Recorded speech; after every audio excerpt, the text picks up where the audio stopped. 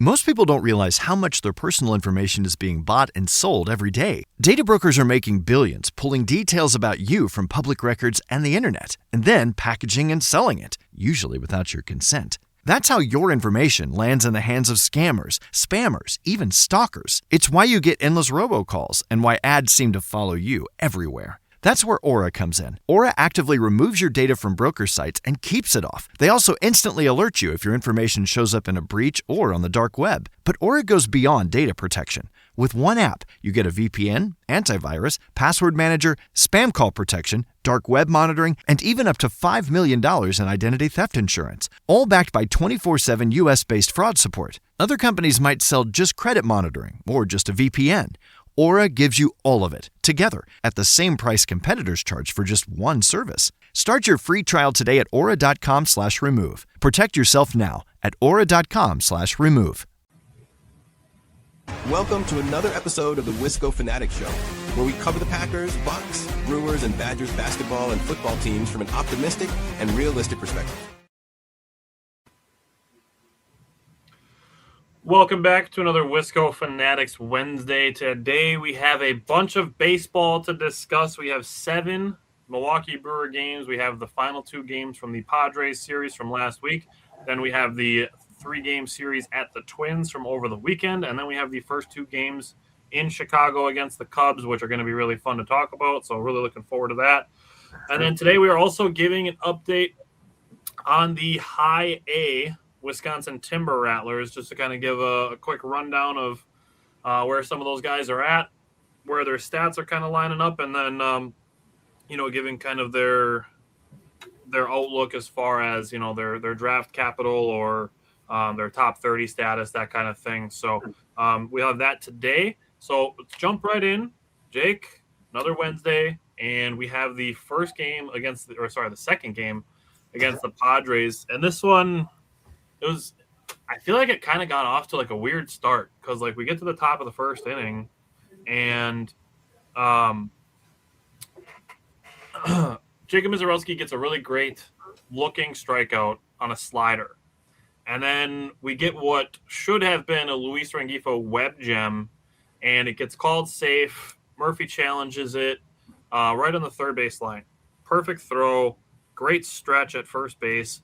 And I'm like, oh, cool. This should be overturned. And they're talking about on the replay that it's overturned. I'm writing in my notes. I'm like, overturned, great stretch. And then the call stands, and it's like, we're going to talk about a situation in a couple games here. And it's like, why? Like, people think that this stuff always goes the way of the Wisconsin sports teams. Like it's fallen off with the Bucks, but people just feel like the Packers and the Brewers get every single call, and it is so not the case. The laundry list is long of calls that the Wisconsin teams don't get. Man. So that's how this game started last Wednesday, and the Brewers were able to grab a 1-0 lead on a fielder's choice of all things, which, we've talked about it a little bit this season, that it's never a great scenario when the only runs that you're producing are coming off of outs. Mm-hmm. Which, you can say productive out, but that's not how you win baseball games. You don't win baseball games by producing runs only with outs, which is the philosophy behind why I don't like bunting. But that's a whole other discussion and a rant that I've been on 37 times in the last 3 years. So Mizorowski kind of shafted by a bad no overturn in the top of the first inning. But he was actually mixing in a lot of breaking balls the first time through the order. His slider usage for the entire game was actually 7% higher than his season slider usage. Threw more fastballs the second time through the order. He got guys guessing, which was great to see. That I feel like is kind of a next step thing for Mizorowski because you know what pitches he has, and he's got a handful of them. But if you get to a situation where you don't know what pitch is coming, that's what makes like a bunch of the closers that the Brewers have had over the last decade so effective. Like Trevor McGill has 2 pitches. Devin Williams has 2 pitches. Josh Hader had 2 pitches. But what made them so good is what you didn't know what pitch was coming. Mizorowski's at that point where it's like, okay, it's a 3-2 pitch. You're right now, you're probably expecting a fastball because he's young. and you get him in a situation where it's like, oh, he has to throw a strike. If Mizorowski's throwing sliders and curveballs for strikes, peace. Yeah. Not to mention that he's mixing in changeups now. And he's throwing, dude, the fact that he's throwing like 94-mile-an-hour changeups is insane. He's throwing changeups at the speed that Devin Williams used to throw his fastball. I know, it's insane. Him and Abner Uribe need to chill out. Seriously. Which shouldn't have said it for this game. Sorry about that. I'll get to that in a second. But top of the seventh, the leadoff batter got to a 3-2 count. He threw a 96-mile-an-hour slider perfectly at the bottom of the zone for another looking strikeout. One of his 10 strikeouts. This was his fifth game of 8+ strikeouts straight. 7 innings pitched, 4 hits, no walks. The bottom of the second, the bases loaded. Joey Ortiz, get the bat off your shoulder. A looking strikeout is literally the worst possible outcome in a situation with the bases loaded and 2 outs. I don't care if you swing with your eyes closed through a fastball. That still gives you a better chance of putting the ball in play than looking at it. Yep. Foul some pitches off. Like, just keep yourself alive so you can try to get a better pitch. But, like, a bases loaded 2 outs looking strikeout is literally the worst thing that I can picture happening. Top of the eighth, Aaron Ashby threw a lot of changeups too, which was weird. Just another like big mix in general with his 14 pitches. He threw 6 sinkers, 4 changeups, 3 sliders, and 1 curveball, which just felt like a pretty different mix for him. That those 4 changeups, even just 4 changeups out of the 14 pitches that he threw, was a 20% increase of how many changeups he normally throws. And this is one of the things where I have to give you credit because you've been on it since we've seen guys do it. Is the Brewers teaching changeups? Yeah. You've been pointing that out since they were teaching them to Freddie Peralta in 2024. They're pretty good at it. And it's working. And now Mizorowski's throwing one and Ashby's throwing one, and it's okay. Like, here we go. Top of the ninth, Abner Uribe got 2 outs, had Xander Bogaerts 1 and 2, and walked him. That, to me, was kind of like the shit. That's not good for this game. The next batter hit a 3-run home run to blow the save. It happens to power pitchers. We've seen Josh Hader give up home runs. We've seen Devin Williams give up home runs. We've seen guys that can throw hard. When the ball goes in hard, it comes off hard. Like, that's just the reality of power pitchers. It happens sometimes.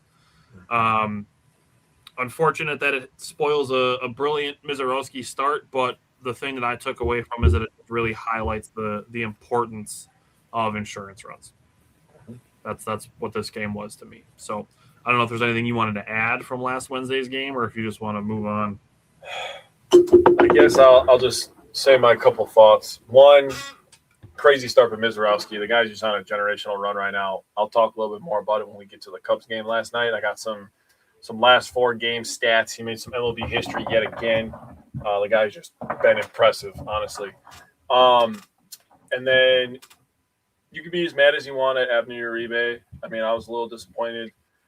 I was so disappointed. I'm just going to admit it. I was so disappointed, and I've gotten so good at just, like, deleting negative stuff from my brain that I totally just spaced out this game when I was taking my notes. I was like, I looked at my notebook today just to double check my stuff, and I was like, dude, you're missing a game. I was like, holy shit.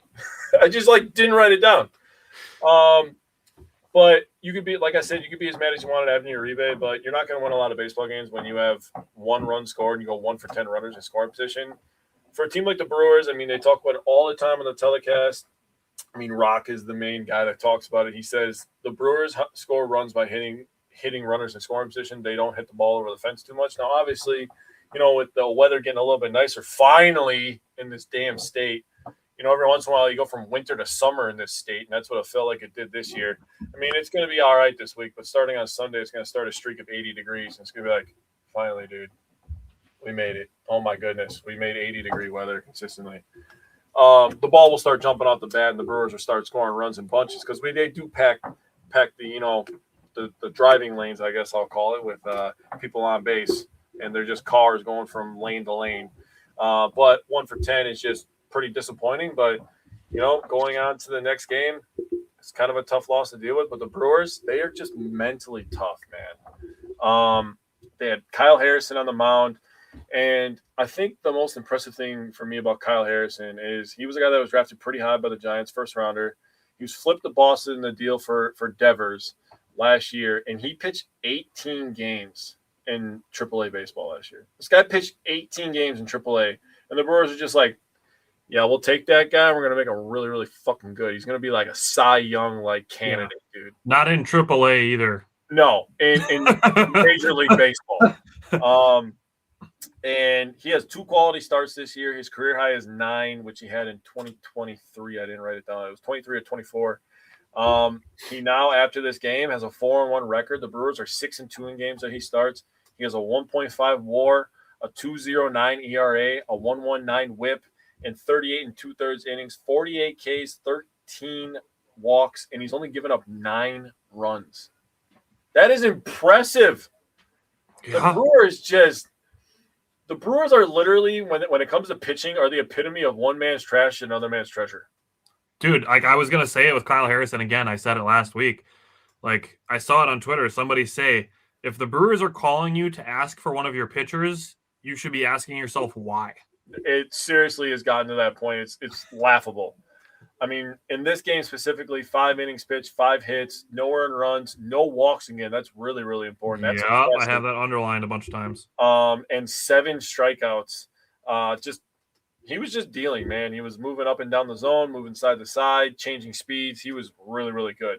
And the thing about the Brewers in this game, when they struggled runners in scoring position the night before and lost a really, really tough game, they could have packed it in. But like I said, this team is just mentally tough, man. They've been here. They've done that. They're still young, but the offense came really early in this one. They scored 3 runs in the first and the second inning. They had 8 batters in the first inning, 3 runs on 1 hit and 4 walks. The patience really, really paid off for the Brewers. They had 7 batters in the second inning, 4 hits, a single from Hamilton, RBI double from Terang and Sanchez, an RBI single from Vaughn, and it was 6-0 after 2. I forgot to write down the name of the pitcher for the Padres, but he was coming off of an injury, and I was just like, man, this is insult to injury, man. I mean, I could look it up real quick. Yeah, I don't remember who it was either. But I was just, honestly, because I didn't know that. After they told me that he was coming back from injury, I was like, oh, man. Yeah, then he had to throw like 40 pitches twice. Yeah. Oh, yeah, Griffin Canning is his name. Dang it. I wanted to say it was Griffin, too, but I wasn't. Yeah, he threw. You said the Brewers will have a lot of Cy Young candidates in the future. They're going to have some Cy Young candidates in the immediate future. They have, dude. If Sanchez didn't exist, he'd probably be the leader, in my opinion. I don't know. Mizorowski might be the leader, but Mizorowski, Skeens, Sanchez are probably the 3 right that's now. That's the top 3. That's the 3 guys that are going to be fighting for it. But Canning threw 64 pitches in an inning and 2/3, bro. Golly. Like I said, the patience paid off for the Brewers. Brewers added on after Vaughn smacked a double, and Rengifo had an RBI single in the 4th. 1 hit the rest of the game, 5th through 8th. 2 left on base. Mitchell had a double to lead off the 7th, and Contreras had a walk to lead off the 6th. So Brewers overall, they got RBIs from Sanchez, 3 from Rengifo, who had a really, really good game, by the way. He made a really nice play in the top of the first inning defensively, and then he had an RBI to cash in on some of those RBIs early, runs early for the Brewers. And then Vaughn had 2 RBIs, and Terang had an RBI. 6 for 16 runners in scoring position feels a lot better than 1 for 10, and the Brewers get back in the win column. But, man, Kyle Harrison, dude, fleece of the century. And I swear to God, we could say that every couple of years about the Brewers. Right. Yeah, so Kyle Harrison, he gave up a couple 2-out hits, but got a nice play from Luis Rengifo in the shortstop third base hole to keep the Padres off the board. He did throw 27 pitches in that first inning, but it is what it is with that situation. Like, it happens. Like we're going to talk about last night, like something happened that caused some extra pitches. The Brewers offense then made the Padres starter throw 43 pitches in the first inning. And they scored 3 runs off of 4 walks and a hit. You mentioned Harrison's 5 innings, 5 hits, no runs, 7 strikeouts, 0 walks. It's back-to-back days of starters with no walks. Then it became, to me, another game almost like the week before, where they had a game where it was early offense equals good vibes and then cruise control. Mm-hmm. That's what this game felt like to me. Obviously, you mentioned that there's only 2 base runners after the 5th inning. But this, to me, I also want to just point something out that I talk about as being selectively aggressive. Like I talk about it when the Brewers offense is kind of struggling. I want them to be more aggressive. It doesn't mean I want them to be PCA level aggressive or Javi Baez level aggressive, but selectively aggressive. And the 4 walks in the 1st inning that I want to point out is Luis Rengifo had a single on the 6th pitch of his at-bat. Bryce Terang had a 4 changeup at bat. 3 of them were balls. The one that was thrown for a strike was turned into an opposite field double. That's what I mean when I'm talking selectively aggressive. That's 4 of the same pitch, same exact pitch type, and Terang laid off the 3 outside the zone and punished the one that was in the zone. That's what I'm talking about. Being aggressive on pitches inside the zone and near the zone that you know you can do things with, like opposite field hits, stuff like that. Just putting the ball in play. Which is something that I've been kind of noticing a lot lately, is the Brewers as a team are striking out a lot less, which is awesome. I love that. Gary Sanchez in the 2nd inning, 2 outs, 2 guys on base, jumps on a first pitch for a gap double, like that type of thing, like being aggressive on those situations. Sal Frelick draws a walk, steals second, has his foot pushed off the bag, and gets called out. But the Brewers get all the calls. How that wasn't called as like a push off? Like you can clearly see Sal Frelick's safe. His foot's on the bag. The guy jumps after Sal has already been called safe with his foot on the bottom of Sal's shoe, and Sal's foot comes off the bag and he gets called out. Like, what are we doing? Sal was pretty pissed, man. He stepped up to the umpire pretty upset. Because he got pushed off. Yeah, he Like, did. you can clearly see the reason that his foot's no longer on the bag is because there's a glove on the bottom of it with momentum going away from the bag. Yeah. But we get to a Twins game, and the Brewers get all the calls. All the calls. Now, I'm just going to start with it because I'm on the subject of calls and obstructions. And I will say it was 1,000% the right call. I don't care that the ball beat him there. His foot is blocking the bag. That's literally like the thing that you can't do. Yep. They made that rule to go along with the bigger base changes when they made bigger bases for more steals, stuff like that, that you can't block the bag. You have to give the runner an opportunity to get back to the bag. Because, you know, it's not likely, but it's possible that without that foot there, that maybe Jackson Chirinos sneaks a toe in there and touches the bag before the ball or before the glove hits his leg. That's why you're not supposed to be blocking the bag. The call, 100% correct. Where I will level with people is I understand not giving him home plate. Yeah, I get that. That is the part where I'm like, okay, I can level with you there. Is if you are obstructed, that you should be given the base that you were trying to get to. That I can 100% agree with. But there should be nobody disagreeing with the fact that obstruction was called. Yeah, I agree with that. And yes, it benefited the Brewers that they were able to get a run out of it. But, I mean, like, dead ass blow a horn and throw some confetti in the air because the Brewers actually benefited from an obstruction call after seeing them get absolutely shafted by it multiple times, especially with other teams' base runners, like dudes making a U in the middle of the grass to get in the path of a baseball, or Aaron Judge sticking his fucking oven mitt up in the air while he's sliding into second base. Like, that's a natural thing to do, is to slide with your hand straight up in the air while you have a big-ass oven mitt on your hand, and the ball hits your hand and it turns into a fucking 7-run inning. Not that that ever happened to the Brewers because the only calls go their way, but Brewers got an obstruction call to go in their way. Awesome. Love that for us. Coleman Crow, we got to see his second start, and it's been a while, but I'm going to remind people again, Coleman Crow was acquired for Adrian Hauser and Tyrone Taylor. Tyrone Taylor, who just helped commit a 4-base error that allowed James Wood to get an inside the park home run the other day, which was super fun to see because I like James Wood and I hate the Mets. So that was fun. And Adrian Hauser, who's not in baseball. So first strikeout of the day was versus a veteran Josh Bell, which I think is good. It's not like he struck out a prospect who's never seen, a lot of major league pitching. He struck out Josh Bell, who's been around the league for a long time. And Josh Bell plays good against the Brewers. Yeah, that too. He got his second one in the second inning on a perfect first time through the order. Only 68 pitches to pitch 5+ innings. The third time through the order, he gave up a couple hits, but a very good start overall. One earned run that scored was an inherited runner by Aaron Ashby, and it scored on a double play. Yep. So he had 5 innings pitched, 3 hits, 1 earned run, 3 strikeouts, and 0 walks. Third straight day that a Brewers starter did not walk a batter. Yes, sir. I think you should give Bryce Durang a hockey assist on the first run of the day that scored.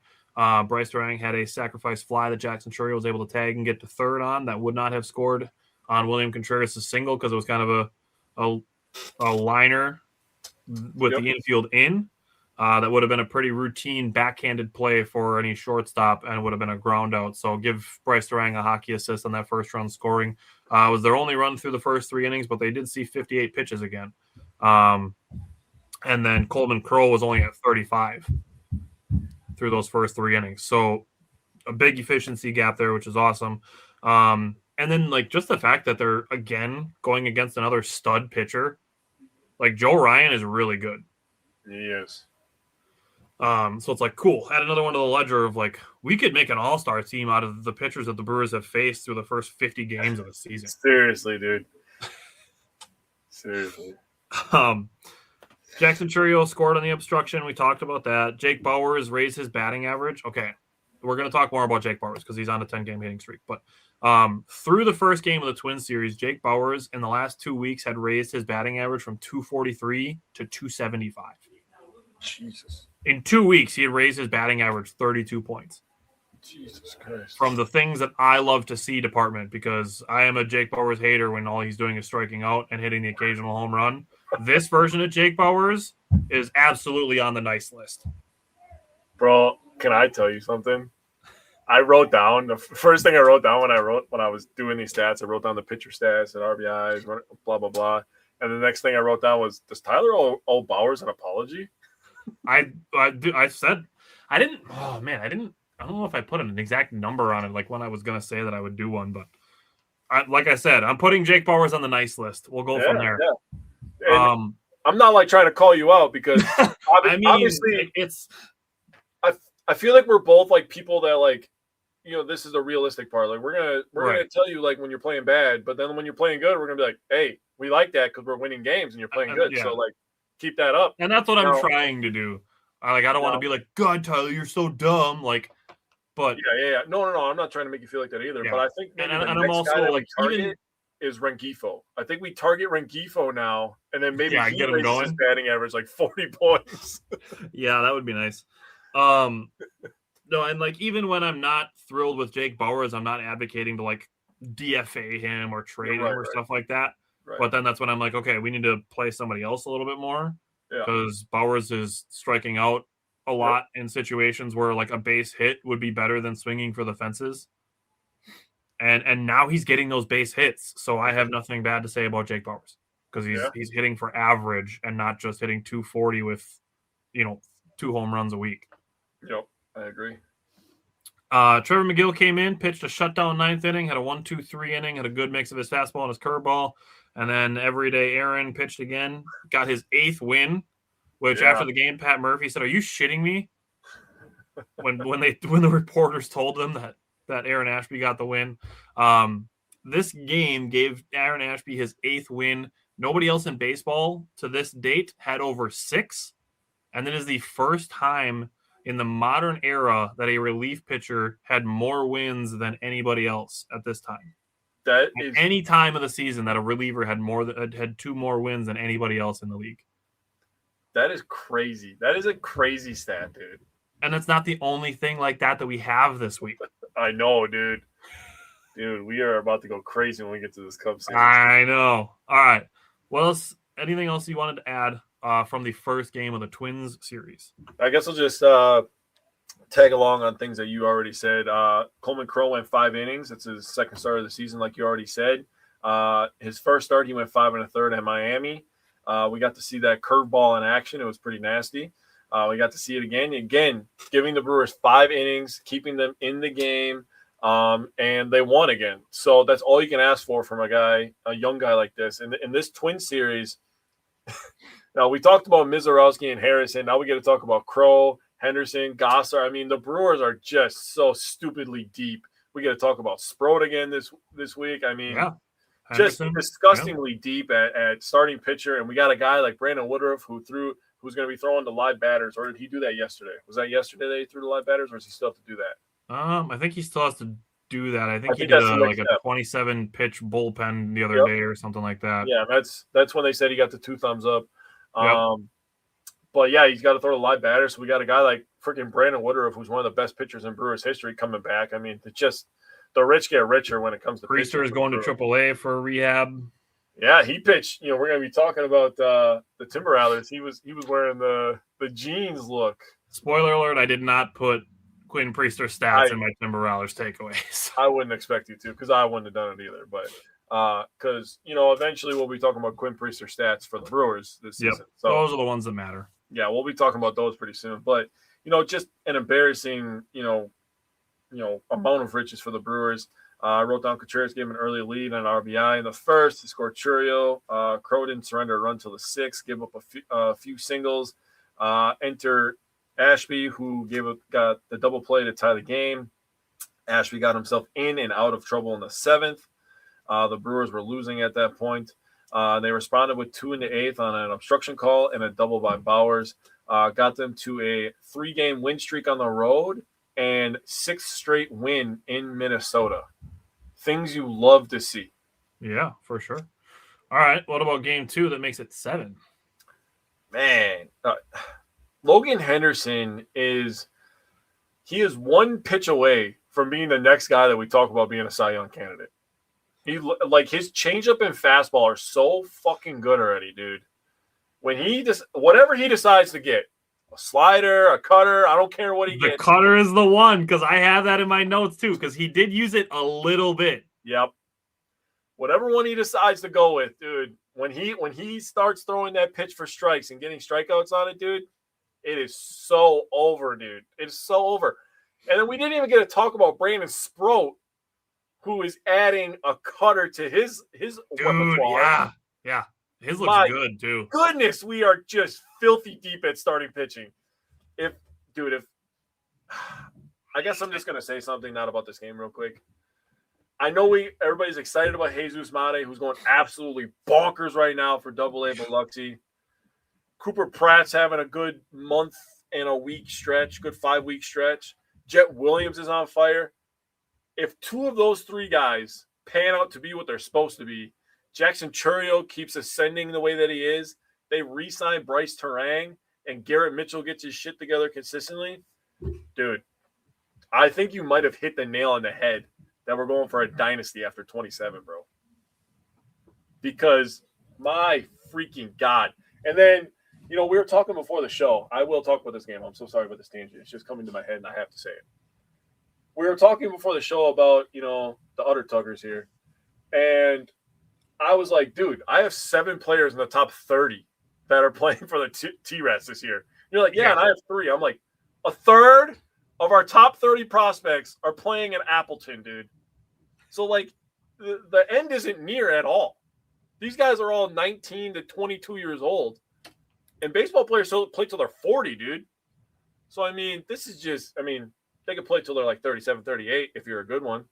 But, Jesus Christ, dude, this is just – it's crazy how they have done with this. And, when we talk about the rookie ball next week, it's going to be – I'm sure I'm going to have even more perspective, because I've really only did a deep dive into the minor league stuff for a few years here, where I wasn't really serious about it. I was more just like football, basketball. And I was just like, yeah, I like the Brewers, so I'll watch the Brewers. Now I'm like, I'm in it. So, now I'm really starting to realize, I picked a really good time to be in it, dude. Right? Yeah. But, watching the Brewers after winning 3-2, and then they win this one on Saturday 2-1. They get 5 innings again from a starting pitcher, give up 6 hits, 1 earned run. He ended the streak of no walks, but he only had 1. And then the 7 Ks. He was really, really good. Ks, during this day. He had 4 on the four-seam fastball, 2 on the changeup, and 1 on the cutter. His last out was a K via the four-seam fastball, an 8-pitch battle. And he just got him, dude. I mean, that fastball is just so good. I wrote some stuff down about Jackson Chourio that I'll talk about, but I want to talk about Chad Patrick first. He needs to stay in the bullpen. I think I texted that to you. I think I also talked about it after this game. Yep. I think I also texted that to my dad, and I was like, I don't understand the mentality flip that he has when he goes in there, but adding him, and we talked about something that, you know, maybe we'll share in a few days here, but adding him to the likes of an Aaron Ashby, you know, and a Shane Drowan, I mean, and DL Hall, I'll just say all the names, adding them to guys like that, they are reshaping what bullpen usage looks like. 100%. So with them being able to do that, and Chad Patrick was tremendous, gave him 4 innings, closed this game out, was disgusting, 1 hit ball over 4 innings and 3 Ks. Yeah. The Brewers won a game when they went 1 for 8 runners in scoring position, dude. Yeah. They are the epitome of finding ways to win baseball games. They are the opposite of the Chicago Cubs. The Cubs find ways to lose. The lovable losers. Fuck that. I don't love them and they lose, so screw those motherfuckers. But Chad Patrick just dominated the Minnesota Twins. So, I mean, dominating Minnesota, dominating Chicago just feels like a Wisconsin thing, honestly, at this point. And I don't understand the mentality flip that he has. But I want to talk about Jackson Chourio because after Henderson got his last K, the game was tied, and Jackson Chourio jumps all over the first pitch, which was a changeup for his first homer of the year. Yeah. And it's just like, yeah, things you love to see. So the rest of the game, after the Chourio home run, they got a hit. The Brewers got a hit from Vaughn, a single. In the 7th, they got a walk. In the 8th, they got a double, strikeout, a single, a foul out. Why is the foul ground at that stadium so fucking massive, by the way? It's more rhetorical question, but that's crazy. And a pop out in the 8th. And then they got a hit by a pitch, a ground out, and a foul out. In terms of the Twins, this is what they did. Foul out, strikeout, ground out. Foul out, triple. Foul out, ground out. Line out, ground out, strikeout. Pop out, strikeout, line out. Patrick retired the last 8 batters this game in a 1-run game, dude. Just absolute nuts of steel in this one for Chad Patrick. Yeah. And the Brewers get a really big win. They win the series. They've won, including the Cubs series, I think they've won 4 series in a row. They tied in that time because they only played 2 games versus the Cardinals. Mm-hmm. So they're 4-0-1 in their last 5 series. So, I mean, winning baseball games. I mean, we talked about this like all of last year and the year before. Mm-hmm. Like the goal is to win 2 out of 3. It's not realistic to expect to win every single game, but if you win 2 out of 3, you're going to win 104 baseball games. Yeah, Brewers they're on track to win their 90 whatever games that they're going to win this year. So Logan Henderson, the first thing that I wrote down from this game is Logan Henderson's changeup looks awesome. His 94, 95 mile an hour fastball, an 83 mile an hour changeup, and he's mixing a cutter in a little bit. He used it to escape a 2nd and 3rd no out and a bases loaded 1-out situation with 3 strikeouts in a 30-pitch 2nd inning, which, yes, you don't want him to throw 30 pitches, but to escape that situation, hell yeah. He did a really great job navigating traffic, honestly, the whole night. He didn't have a clean inning until the 5th. Yeah. There were base runners in each of the first 4 innings, including a 2-out solo home run in the bottom of the 3rd inning, but that's still a base runner. His 7 strikeouts in the 5 innings with 6 hits and the 1 earned run puts him at the 2nd most strikeouts through 9 starts in Milwaukee Brewers history. You want to take a shot at who number 1 and number 3 are? You say Milwaukee Brewers history, it just makes me think of like a few guys. So I'm going to say Freddie Peralta. Freddie Peralta's number 1 with 63 through his first 9 starts. And then I'll say, I feel like I have to go in the bag for this one. So I'm going to say, there's 2 guys that come to mind. I'm going to say too deep into the bag. Giovanni? Nope, that's too deep in the bag. Okay, so I was going to go deeper in that. So then it's going to be Burns? Nope. It's a good guess. Woody? Nope. Damn, I don't know that. Who is it? Told you didn't have to go real deep in the bag. Mizorowski. Yeah, God damn it, I knew that too. So through 9 starts, Freddie Peralta had 63, Logan Henderson has 56, and Jacob Mizorowski had 55. 2 of those guys are active Brewers. Jesus. And one guy we just traded for a freaking prospect overhaul, dude. Yeah. I mean, 2 guys that are going to be very important to this season. Yes. Jackson Chourio, you mentioned the first pitch home run. That was his first of the year. And you mentioned the triple, and then I wondered if you were going to bring up the fact that Jackson Chourio had a really nice sliding catch in shallow left field to keep that triple at third base in that one-run game. I couldn't believe the dude didn't tag up on that. What was he doing? I mean, it was fairly shallow, but the way that Chourio was running in on it. That's what I'm saying. I mean, even if he drops it, like you're jogging home. Yeah, but at the same time, it took Chourio a long time because he slid extra long, and then he had to get up and turn and throw. Like, I would have took my chances, dude. Especially in a game that score. One-run game. Yeah, so that sliding catch kept the runner at third base, which was huge in the bottom of the 7th. Yep. Chad Patrick got a 4-inning save. He retired 12 of the 13 batters that he faced, got his first career save. And then there's 2 things that I want to say with this. First, the Brewers called up Robert Gosser for Sunday's game, and he's in the probables for this weekend against the Dodgers. Yep. With Gosser being called to the bigs, Tyson Harden, who we talked about last week, was called up from AA to AAA. Mm-hmm. That move signaled to me that either Gosser or Henderson is going to be staying on the big league roster, like, for the long haul. Yep. Until Brandon Woodruff and Quinn Priester are back. One of those 2 will be here until that happens. Which brings me to Chad Patrick. And you and I were having the conversation of, do the Brewers keep Chad Patrick in the bullpen? And I'm fine with it because, like you said, like a switch flips. Yep. There's a precedent for the Milwaukee Brewers creating a bullpen role that doesn't fit the traditional 7th inning hold, 8th inning setup, 9th inning closer role. Yep. There's a precedent where the Brewers used to use once in a while, they would use Josh Hader for a 3-inning save. Mm-hmm. They used to do that. I feel like with Shane Drowan and Chad Patrick, you can create a role and call it like a piggybacker. Yeah. And make your own role where you're just like, okay, we have 19 games in 18 days, like the Brewers did last August, and you're going to say, okay, Wednesday and Saturday, if our starters give us 5 or 6 innings pitched, we're putting in Drowan and Patrick for the final 3 innings. And, like, obviously nothing is going to go to plan 100% of the time. Uh-huh. But you can essentially say, like, we're going to plan on Mizorowski giving us 6 on Tuesday. Uh-huh. No matter what. He's going to give us 6. Then we're going to put this guy in. And he's going to give us the last 3.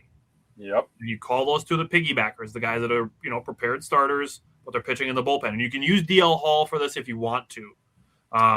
Yeah. I feel like I would trust DL Hall in that situation. He just doesn't have as big of a sample size this season specifically as Drowan and Patrick do. Yeah, they're more of that role, so I agree. Right. So, and part of it with Koenig out is that DL Hall is kind of filling Ashby's role while Ashby is pitching with leverage for lefties. Yep. And you can kind of look at those 2, and again, it's never going to go 100% to plan, but if you think about it and be like, okay, we're going to use Drowan and Patrick, and we're going to try to build in some of our own bullpen off days. So, you'd have to kind of go into the day. Steve will come back to that question in a second. You kind of go into that day and say, hey, guys, the plan tonight is to get 6 from Miz and 3 from Drowan. You can't say, hey, don't put your jersey on underneath your hoodie. But the plan for tonight is to go 6 from the starter and 3 from the piggybacker. Yep. or 5 and 4, or 5 and 2/3 and 4 and a third, like however you're going to split it up. Spoiler alert: Brandon Sproat pitched 4 and 2/3, and the guy that came in after him pitched 4 and a third in the game we're about to talk about. I feel like I said there's a little bit of precedent to the Brewers creating a role like the 3-inning Josh Hader save role that he would do every 3 or 4 days to just kind of buck the norm and be like, we're going to do things how it works for us. I don't care about how baseball normally does stuff. Mm-hmm. And just use some of those guys that way and think of it as a way of using your depth of riches to help your bullpen. Yeah. And Steve asked the question, and we can use it as we go into Game 3 against the Twins. Steve asked the question, who should the Brewers closer be going forward, McGill or Uribe? I would say, and I don't study these things as closely as the Milwaukee Brewers player personnel would be studying it, I would say whoever is better suited to get outs versus the guys that you have coming up from your opponent. That is 100% how I think they're going at it right now, because they're flopping them each day. Yeah. Another way that I would say maybe to pick who you're going to go with is whoever is fresher is going to be pitching the 9th, and whoever is pitching on shorter rest pitches the 8th. Yeah. Not that you want to set yourself up in a situation where you think you might give up a lead or something like that, or you might give up a tie game or something. But, you know, if that happens in the 8th inning, you have more time to make it up in the 9th. Or if it's bottom of the 8th, bottom of the 9th, you have more time to do that versus, you know, Abner Uribe pitches a beautifully clean 8th, and Trevor McGill pitching for the 3rd time in 4 days gives up a home run. That gives your opponent the 1-run lead, and then you go into the bottom of the 9th and you go 1, 2, 3. Like, you know, that's the really little kind of like, who do we go with kind of things. Those are the two things that I would say. I would go based on matchups and based on rest.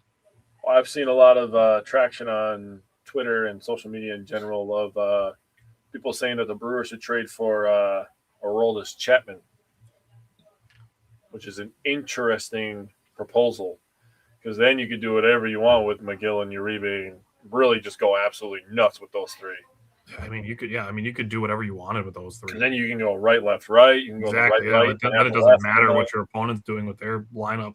Yeah. So I guess what they're probably doing is, are these guys better against sliders or curveballs? Because they both throw a high velocity fastball, and that's kind of how they're deciding it. So if it's working right now, who am I to question the 2-time manager of the year?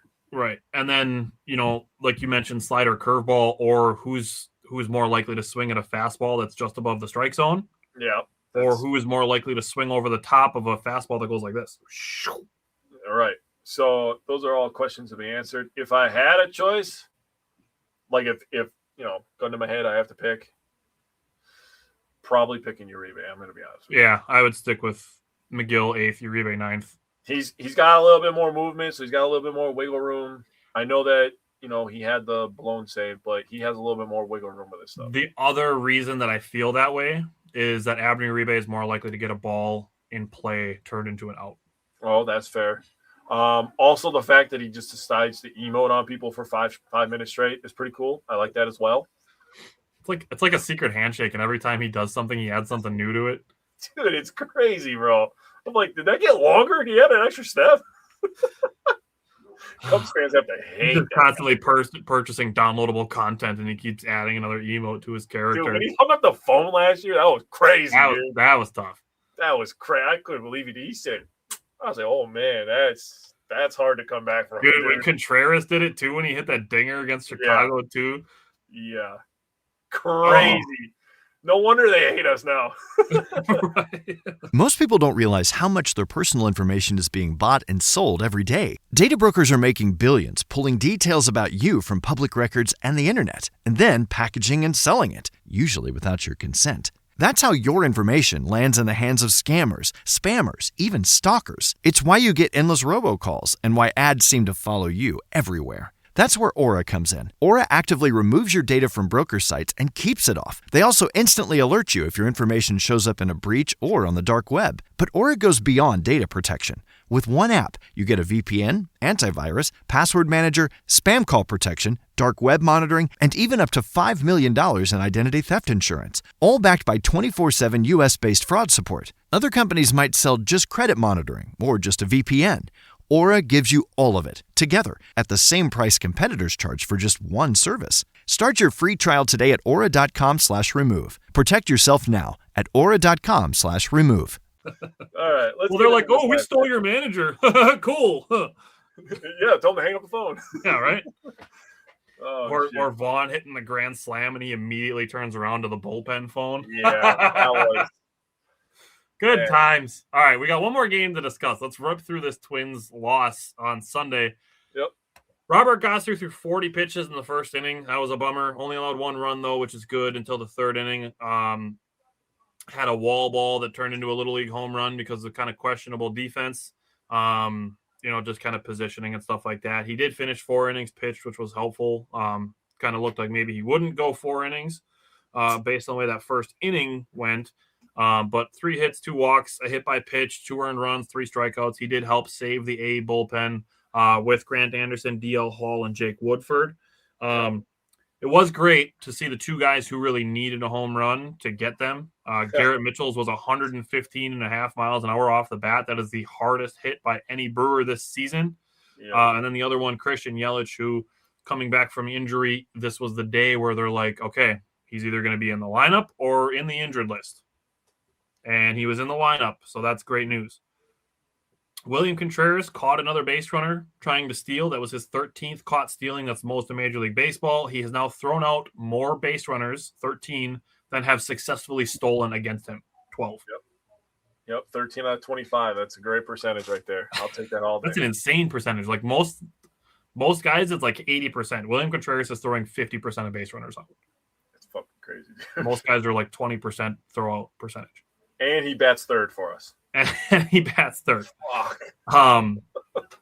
This game, this was the game where the runners in scoring position thing was like, jeez. The Brewers had 10 hits.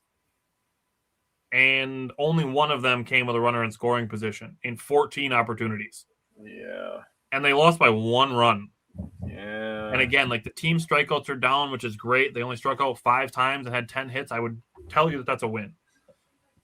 But got to be better with runners in scoring position. The wind was an annoying thing. Jake Bauers kind of struggled with it a little bit. And defensively because of it, just kind of is what it is. But, they're playing in a windy city before they get to the windy city. Yep.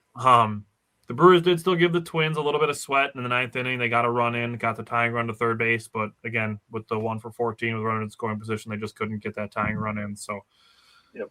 You get a 5-4 loss. It is what it is. Some questionable base running. Gosser making his first start of the year.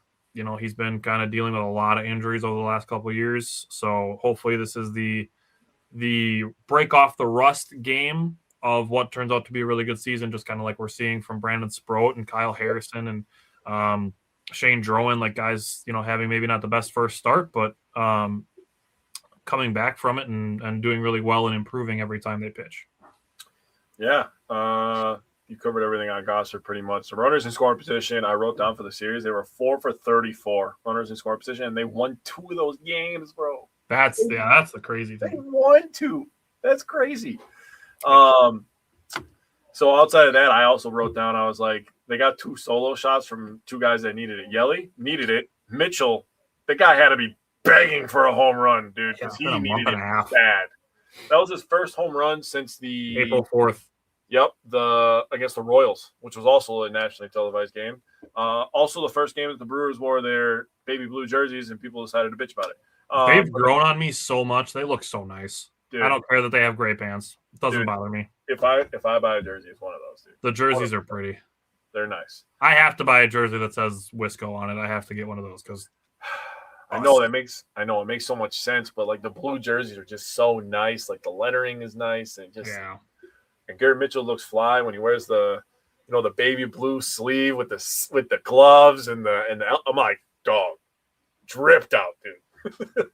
but the pants are gray. Shut up, dude. Seriously, It kind of goes together when you consider the yellow on the pants with a little bit of yellow on the jersey. It looks fine. The gray pants does not bother me at all. Also, makes it a little bit easier when you're winning games like they did the last 2 days in Chicago. But we're going to get to those games. I wrote down starter stats, and I wrote down Crow, Henderson, and Goss are all depth guys outside of our normal 5. They gave us 14 innings this weekend, 12 hits, 4 earned runs, 3 walks, and 13 Ks. 4 earned runs and 13 Ks from 3 guys that are just additions to our starting pitching. Nuts. Bullpen. On Friday, they used the A bullpen. Ashby, McGill, and Uribe. On Saturday, it was Chad Patrick. He was just like, give me the ball. I'll take us to the end. And then on Sunday, it was Anderson, Hall, and Woodruff. Oh, I did it twice, dude. It's Woodford. Sorry about that. Bullpen overall, 12 innings pitched, 9 hits, 3 earned runs, 2 walks, and 11 Ks. So, I mean, really, really good pitching from the Brewers. Just getting a little bit better runners in scoring position would have been a pretty easy sweep, to be honest with you, because the pitching was very good. Yeah. But now we get to go to something where we get a dunk on the city of Chicago. Oh, I'm so excited for this, dude. Oh! I love it. Is this the part where we start talking about a football team, or you mean a football? Like, okay, do we want to talk about a football team that resides in a different city than the baseball team that we're playing against? No. We don't. Dude, we can't even do that. It's going to be the same thing. If we get to a point where we start chanting Chicago sucks at a Packer game, it's not going to matter because the Bears are going to be playing in a different city soon. Oh, dude. I'm going to be like, have fun in Gary, Indiana, dude. My goodness. Oh, dude, that's going to be so funny. I cannot wait for that. It's going to be so funny. I'm going to love social media that day. Oh, come on. Imagine somebody just scrolling Facebook right now, see that we're live, and it's like, oh, what's going on there? Oh, it's an L flag. Nice. So let's talk Brewers. Let's talk Brandon Sproat. He started his day with back-to-back walks. That was 2 of his 3 walks, and I'm like, yep. All right, you got to lock in. First of all, Dude, get out of my notes. I literally wrote, had a shaky 2 first batters, and then locked in. Like, we need this right now, right? So 2 of his 3 walks were the first 2 batters of the game. He didn't give up a hit until the 4th inning. Yep. But he did end up giving up 3 earned runs. Did have 5 Ks. Dude, we were talking about it during this game a couple days ago. And they were comparing it. Vinny Rattino, by the way, is very good on television. Certified ball knower. He is so good on the telecast, dude. Like, it's impressive. He struggled a little bit with the timing of things at first, but man, he's getting good now. He's starting to loosen up a little bit, tell some jokes, and I'm like, all right. Spend a little time with Dillard. Yeah. And I will say, I know we don't get Brian Anderson too much, but Brian Anderson branching out and kind of becoming like a national guy, I'm sure he's just giving these guys all the tricks of the trade. Mm-hmm. And we're going to be guaranteed. And we were elite, and we're still pretty good. I still think we're probably top 5. I don't listen to everybody's games, but you know, when we had Uke, we were one of the top 2, I would say. We're still very good. But I mean, honestly, Jeff Levering is great too. I mean, yeah, Levering, when he goes on the radio, dude, basketball that he does. Yeah. I was dumbfounded when I found that out. I was like, Jeff Levering calling basketball? What the hell? That's crazy. But following in BA's shoes, obviously. Right. But Brandon Sproat, 4 2/3. So I wrote down, this was the Cubs' first loss at home since April 11th. They had a 15-game home winning streak. Yeah. Yelly hit a home run just after a fast inning by Shitta. Yelly decided to jump on the first pitch and he's the first one to hit a home run off the scoreboard at Wrigley this year. He's the 41st ever. Sproat comes to the Brewers with an elite sinker, throws it anywhere from 94 to 97. He has a 4-seamer at 96 to 98, and the Brewers are teaching him a cutter. This guy is straight gas, bro. On Baseball Savant, the 5 pitchers that he's similar to when based on velo and movement, you're going to like this. Brian Wu, pretty good player. Yep. Zach Wheeler, pretty good player. Yep. Yordes Gomez, solid. Mike Vassell, really good one. Paul Skeens. Damn. I was honestly, once we were talking about cutters, I'm like, he's going to throw Corbin Burns in there. That's insane, dude. That is Paul Skeens. He's compared to with movement and velocity, which is crazy. Wow. Vinny on the 25 Paul Skeens or 26, 24? 25. 25 Paul Skeens. Damn. Yeah. That one was pretty good last year. Vinny on the telecast compares him to 2021 Cy Young Award winner Corbin Burns. And when you show the cutter, I can see it. When they showed the side by side, I was like, holy shit. Could you imagine with Corbin Burns having a 95 to 98 mile an hour fastball with as good as he was with his cutter? Dude, the thing about Sproat that he's going to learn, and if you go back and watch young Burns, where Burns was missing spots just barely, that's where Brandon Sproat is right now. He actually got into a situation after that 1-2-3 first inning. After those first two batters, he was painting the corners. He was. So like it's so there. It's there. It's close. Like his mix looked really good basically until he got to the third time through the order, but he's so there. Like we've talked about it last week. We talked about it even in his first start when he got kind of knocked around. Like the vision with Brandon Sproat is crystal clear. Yeah. And the same goes for Harrison. Like they both have ace level stuff. Mm-hmm. It's just a matter of fine tuning it. And the fact that we're not even 2 months into the season and we're like, they're really close to being ace level guys. Like I feel that way about Sproat. I don't give a shit that his numbers haven't been superb through the first 2 months of the season. I have zero doubts that by the end of the season that we'll be in a situation where it's like, do we trust Brandon Sproat to pitch in a playoff game? And the answer is yes. Yep, and Kyle Harrison. And Kyle Harrison's already at that point, but yeah. He's a little bit more of a finished product, in my opinion. But yeah, I agree. The Brewers just needed to fine-tune a few things with him, where Sproat, they're kind of able to – they're like, oh, okay, let's see what this looks like. Let's see what this looks like. And if you want guys that are going to get their hands on a pitcher, I would say Jim Henderson and Chris Hook. What's that? Chris Hook. And Chris Hook are probably at the top of the list, honestly. And I'm gonna start including this, not entirely yet, but Carlos Villanueva also. Yeah. He's a guy, like I feel like, I don't know if we can have 3 pitching coaches in the dugout, but Carlos Villanueva doing a lot of work with guys in the minors too.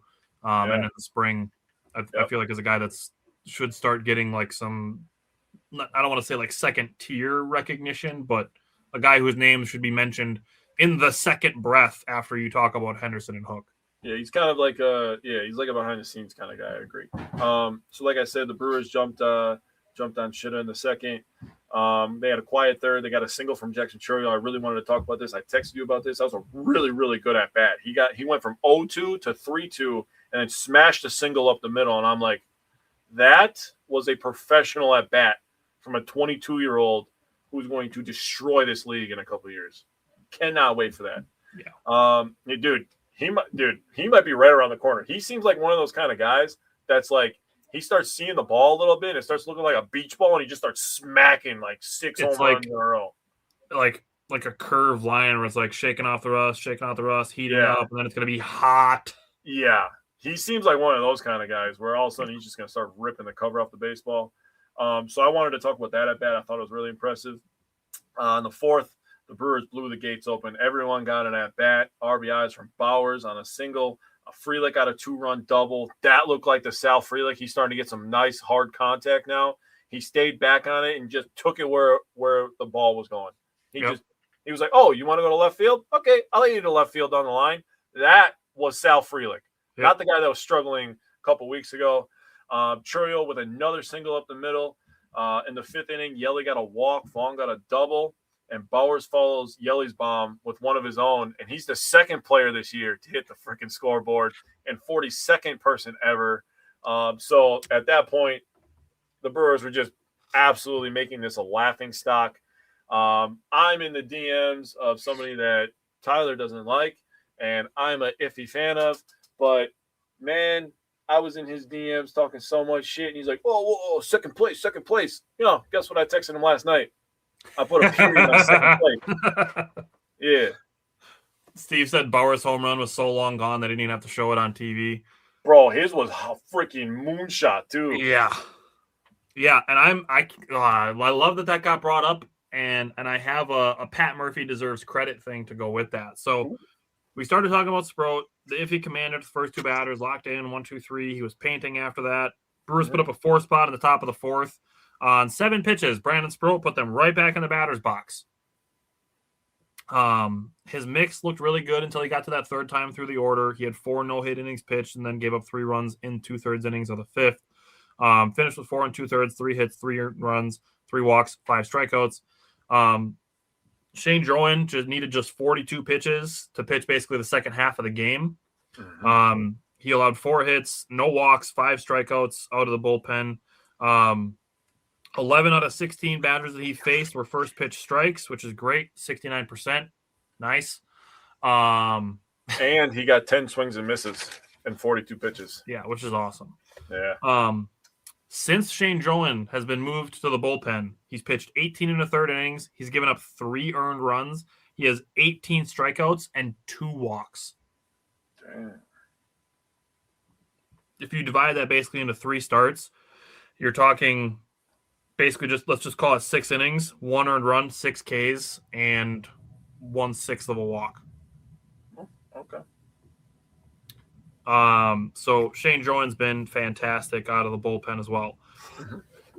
Defensively, Joey Ortiz was fantastic. We'll talk about game 2 in just a second.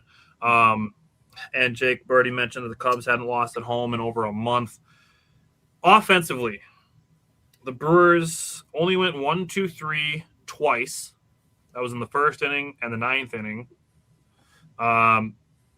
They had 13 hits, 4 walks, only 4 strikeouts, 5 extra base hits. They literally had more extra base hits than strikeouts in game 1. You're going to beat the shit out of some teams by doing stuff like that. Yeah. Not every starter had a hit, but every starter was on base, and every starter had a hard hit ball. Yes. Bryce Strang didn't have any hits, but he did have a hard hit ball. The Brewers hit 2 left-on-left home runs versus Shota Imanaga. This is where I think Pat Murphy deserves some credit, is because Imanaga versus left-handed hitter coming in had been better versus righties than lefties. Yeah.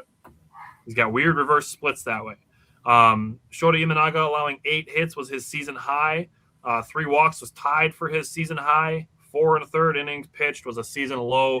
And with him being better versus righties, Pat Murphy started 4 left-handed hitters. Then going into last night's game, got another W, and we talked about Jake Bauers earlier.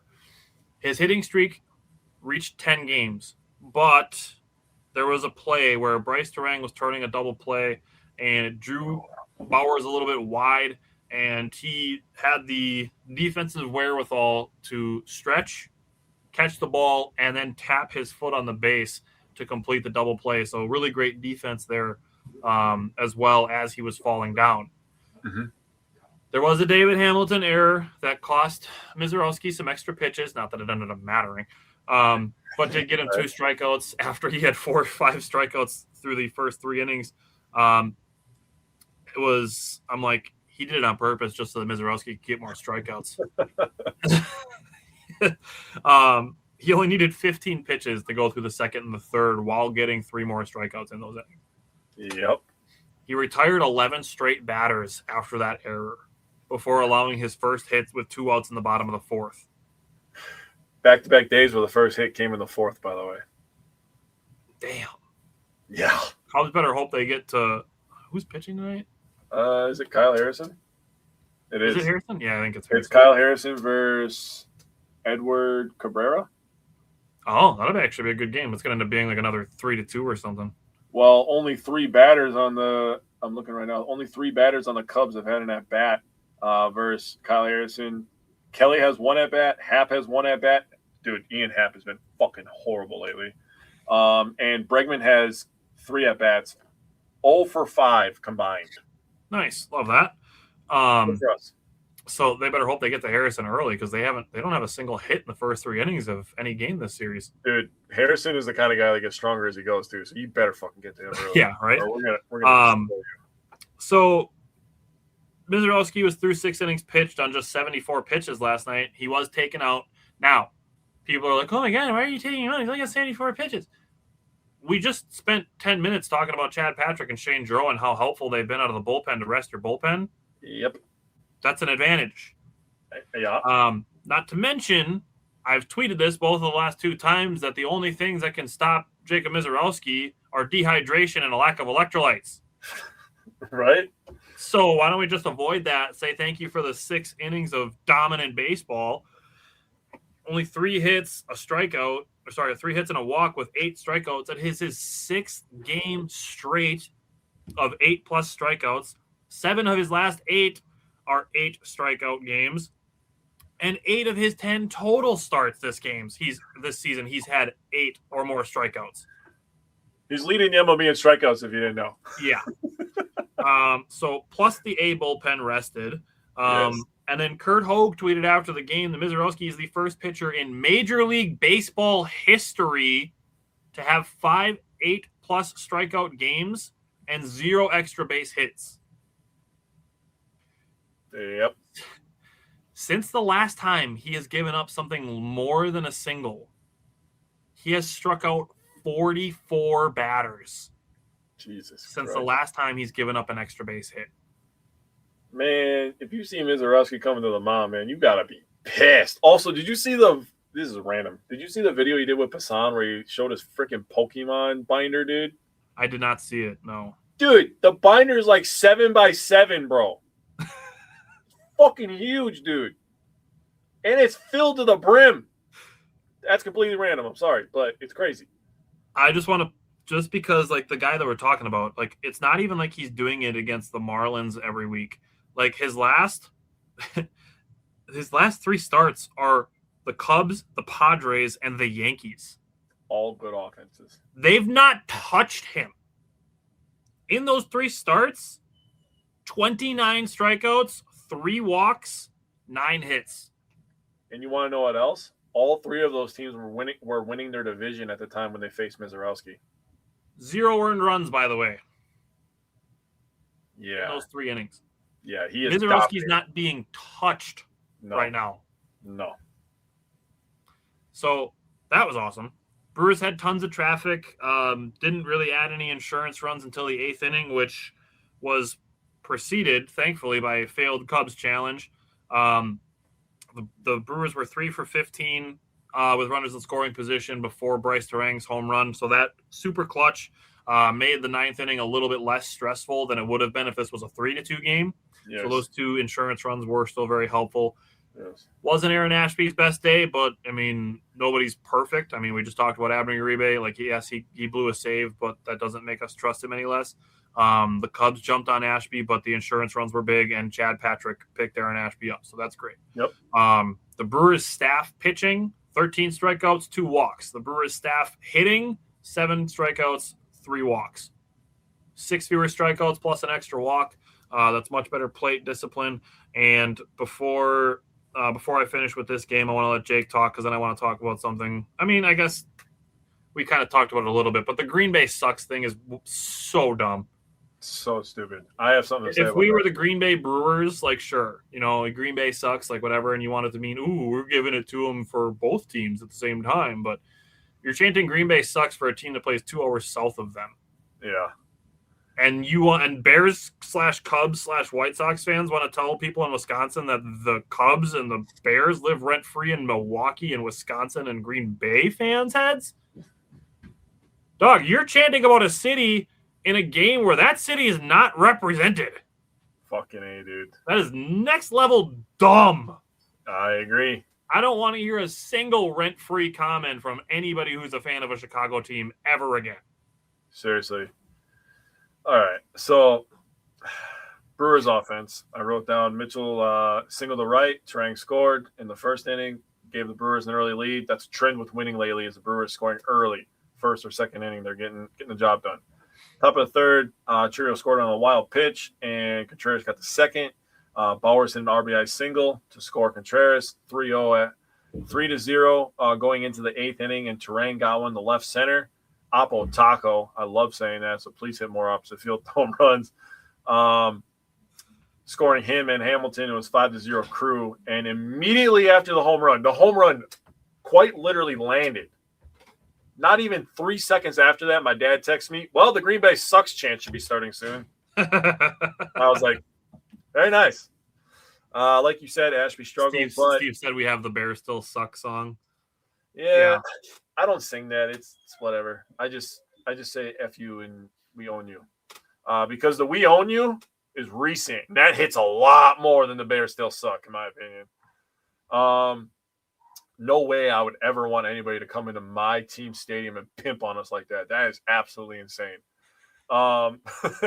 So I wrote down about Ashby. I said, hey, Ashby, he's had Chad Patrick's back in the past, and in this game, Chad Patrick had Ashby's back. So that's just team first mentality. Yeah. Love to see it. Got the Brewers out of a jam. Uribe got behind 2-0 to Swanson, who was the first batter of the 9th inning. Then he got behind 3-1 before throwing 2 perfect sinkers for a backwards K. Swanson challenged and then looked like a fucking idiot after the challenge was upheld. Go sit your pouty ass down, buddy. Beauty. Oh, perfect. The last one was literally perfect. I was like, yeah, he is not going to like this replay, bro. Right. Then he got PCA and Kelly to ground out to get the series victory. And I wrote down that he emoted on the Cubs for about 5.5 minutes, which was just glorious. Just bask in it. It feels good. So before I talk about Miz, I'm going to ask, and Steve, you're going to answer this. Would you rather have player A or player B? I want your answer here. Player A in this 2-game series is 1 for 8, has 4 Ks and scored a run. Player B is 3 for 10, has an RBI and a run scored, and only has 2 strikeouts. This is not a hard decision. It's clearly player B, which I'm going to tell you right now is Jackson Chourio. The player A is PCA, who's getting paid $20 million more than Jackson Chourio, by the way. Just want to throw that out there. So some misstats, and I have something on Bowers I want to talk about. So Mizorowski last 4 starts, 2-0, 24 1/3 innings pitched, 24 1/3 innings pitched scoreless streak, which is the 3rd longest in MLB baseball. He has a 0 ERA, obviously, a 0.58 WHIP, 37 strikeouts to 5 walks, and a 110 opponent batting average. You could double those 2 opponent numbers. Yes. You could double it and give it to the same person, and those would still be good numbers. Agreed. So I'm going to add on. In those 4 games, he has faced 87 batters. He's given up 9 hits. All of them are singles. Yep. He is the only pitcher in the modern era to have 4-start span with 30-plus Ks, 0 runs allowed, and 0 extra base hits. Only player in the modern era. Only one. And by the way, when they say modern era, they're not talking about 30 or 40 years. They're talking about like 100 years. I think it's 1904 is when the modern era started. Long-ass time ago. Yeah. So only one ever. It's a long time ago. Thing about Bowers I wanted to talk about. He is 1 of 4 first basemen to have at least a 360 on-base percentage and a 500 slug percentage. The other 3, Ben Rice. I guess. Oh, yep. Sorry. Vladimir Guerrero, Ben Rice. Who'd you say the first one? Vladdy. No. Is Ben Rice one of them? It is, yes. Dude, I was so high on Ben Rice. I wanted him bad 2 years ago. Yeah. First baseman. So obviously you know Bowers and Rice. That's 2 of the 4. So you need 2 more.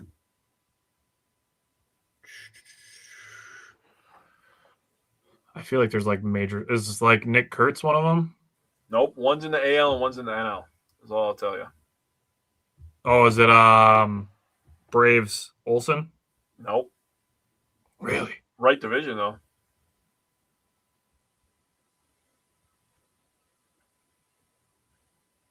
Who is it from the NL East?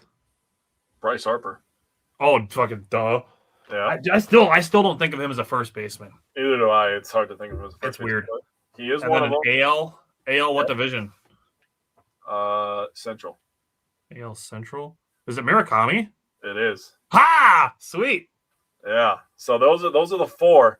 And Jake Bauers is one of them. He has a 364 on base percentage and a 514 slug.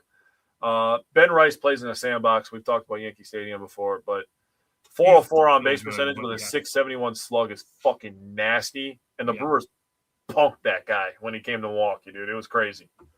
I was scared of him and Judge. I was like, they're probably going to worry so much about Judge that Ben Rice is going to have a good series. Nope. Not what happened. Yeah, nobody's touching anybody. Yeah, nah, you guys just go home. Go back to New York. Yeah, we got to post that stat that Bauers is peers with Murakami, Harper, and Ben Rice. Yeah, I can put something together tonight. Yeah. Well, I'm watching. So, before we get to the Timber Rattlers report, next week we're going to have another 7 games. We have one more against the Cubs tonight. They are off tomorrow. Then they have Friday through Sunday versus the Dodgers. And then we will have 3 games of a St. Louis Cardinals series.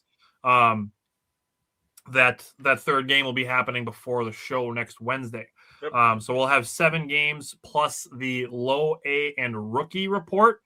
So we will have the Wilson Warbirds, who replaced the Carolina Mudcats this year, and the rookie ball rundown report, going through the guys that were high draft picks in recent years and guys who are in the top 30 lists. So with that, we're going to jump into the Timber Rattlers minor league report for High A, Wisconsin.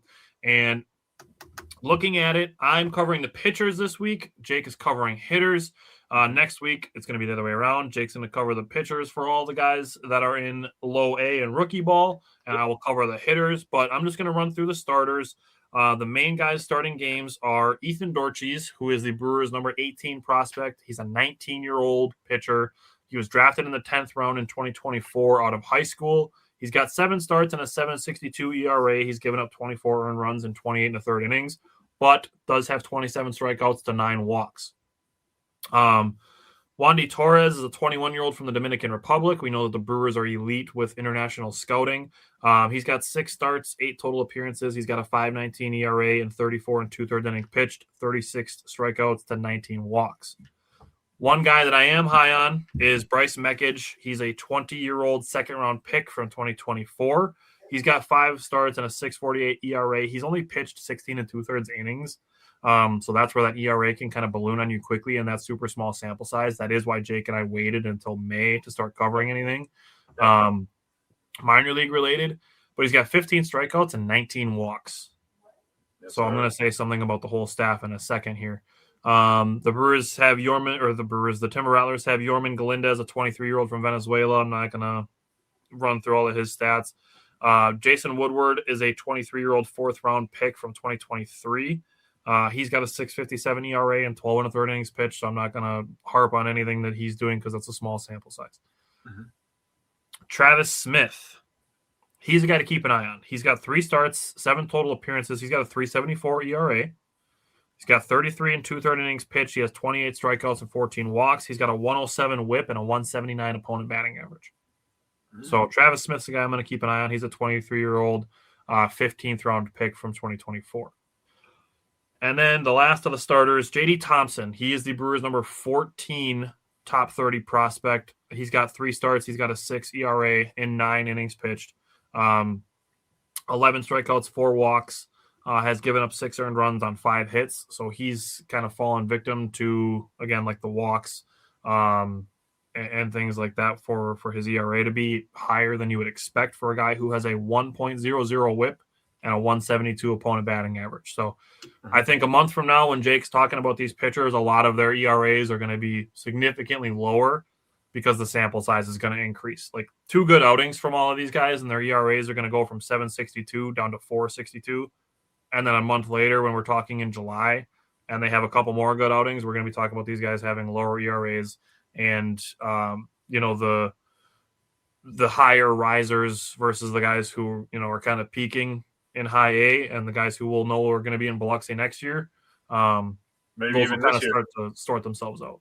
Yeah, there might be some of these guys that we got to talk about in 3 weeks because some of them might be up in AA. We don't know. Yeah, we'll see. That's the thing with the minor leagues is like the sample sizes are lower because they start later. Yeah. Are you done? I was going to go through the bullpen really quick just because there's a couple guys. Yerlin Rodriguez is a 24-year-old from the Dominican Republic. He has 18 strikeouts and 17 walks. Bjorn Johnson is a 21-year-old 12th round pick from a high school. He's got 12 walks, 12 strikeouts.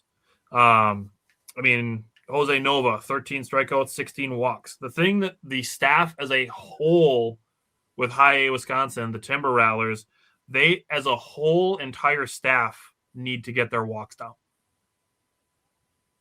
Brian Rivera has 13 walks and 11 strikeouts.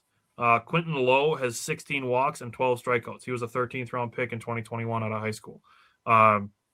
There's some of these guys that are kind of depth guys, but Chandler Welch was a 6th round pick from Tulane in 2024. He's got 8 appearances. He has 1 start. He's pitched 20 and a third innings. He has a 6.53 ERA, which, whatever.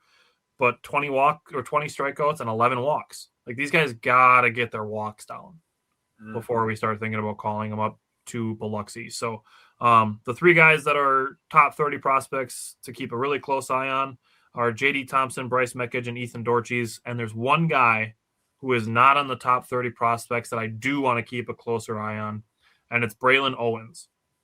He's made 3 starts. He has 7 appearances. He has a 3.45 ERA and 31 and a third innings pitched. He's got 46 strikeouts and only 16 walks. Dang. So he's one of the only guys that's close to having a 3-to-1 ratio. He's got a 118 whip and a 186 opponent batting average. So obviously the 3 top 30 guys, but keep an eye on Braylon Owens also. Yeah, so now we get to hear all the big names. I had to write down a lot of guys. So we got the T-Rat Utter Tugger frozen pizzas here. Yeah. Number 28 prospect is Daniel Dickinson.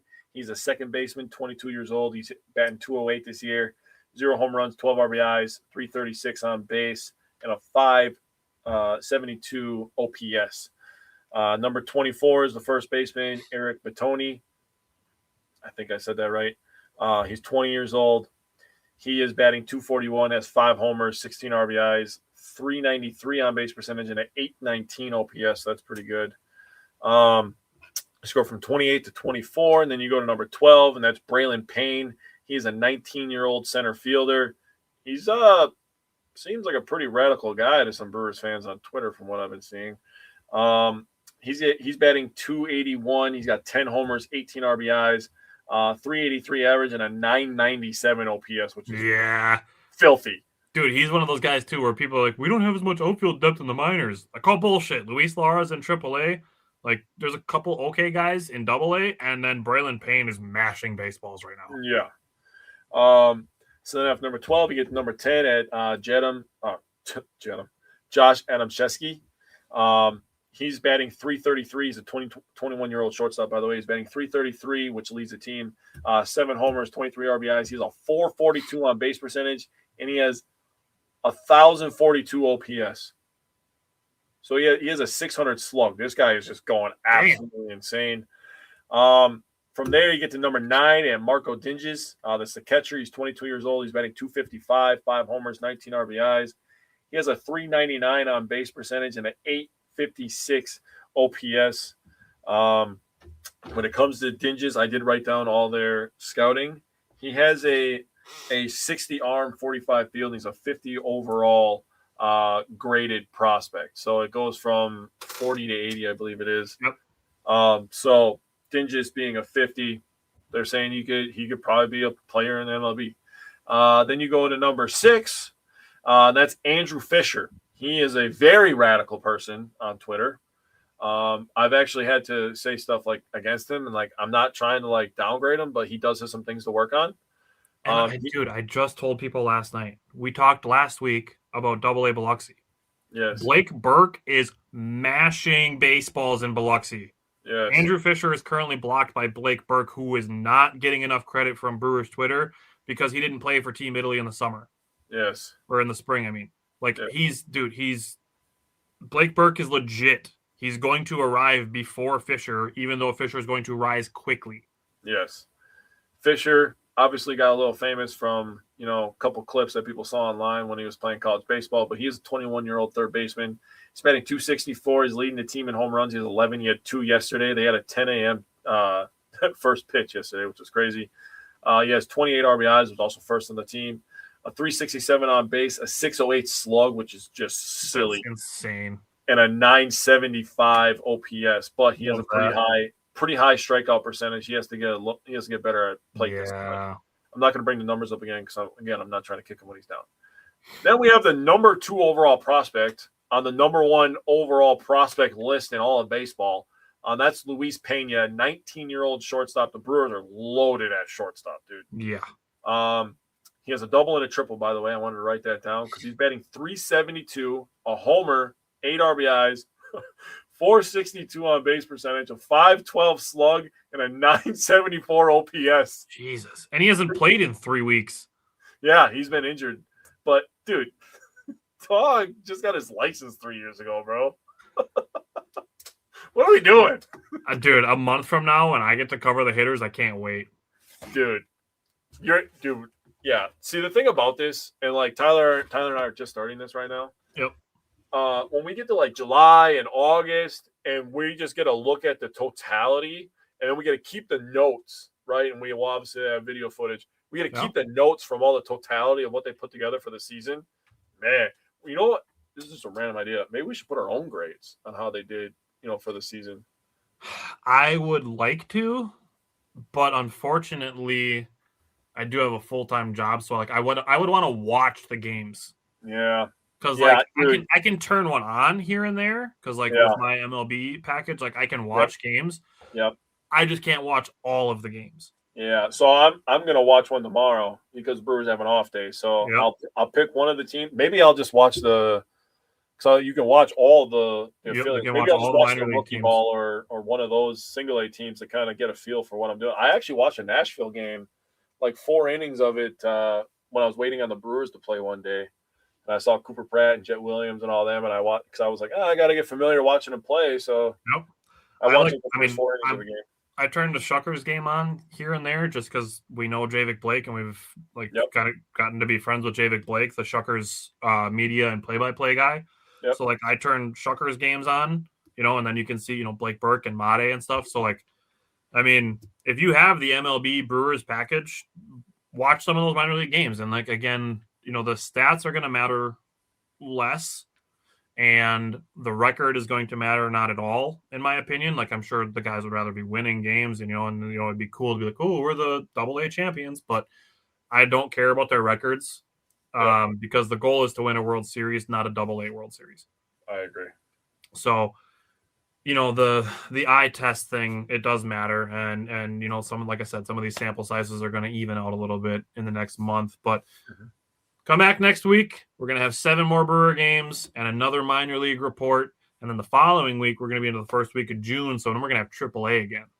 Yes, sir. So, and actually that first week of June, we're also going to have some Bucks talk as well. So we are. Stick around with us. We're getting into NBA off-season season. So stick around with us for that as well. We got some good stuff coming. We actually just did a Bucks segment last week talking about the Taylor Jenkins hire and some of the Bucks usage that they can change with the Taylor Jenkins hire offensively and defensively. So check that out as well. And then join us again next week for more Brewers and the minor league report. Other than that, thanks for tuning in, and we'll see you guys next week. Most people don't realize how much their personal information is being bought and sold every day. Data brokers are making billions, pulling details about you from public records and the internet, and then packaging and selling it, usually without your consent. That's how your information lands in the hands of scammers, spammers, even stalkers. It's why you get endless robocalls and why ads seem to follow you everywhere. That's where Aura comes in. Aura actively removes your data from broker sites and keeps it off. They also instantly alert you if your information shows up in a breach or on the dark web. But Aura goes beyond data protection. With one app, you get a VPN, antivirus, password manager, spam call protection, dark web monitoring, and even up to $5 million in identity theft insurance. All backed by 24/7 US-based fraud support. Other companies might sell just credit monitoring or just a VPN. Aura gives you all of it, together, at the same price competitors charge for just one service. Start your free trial today at aura.com/remove. Protect yourself now at aura.com/remove.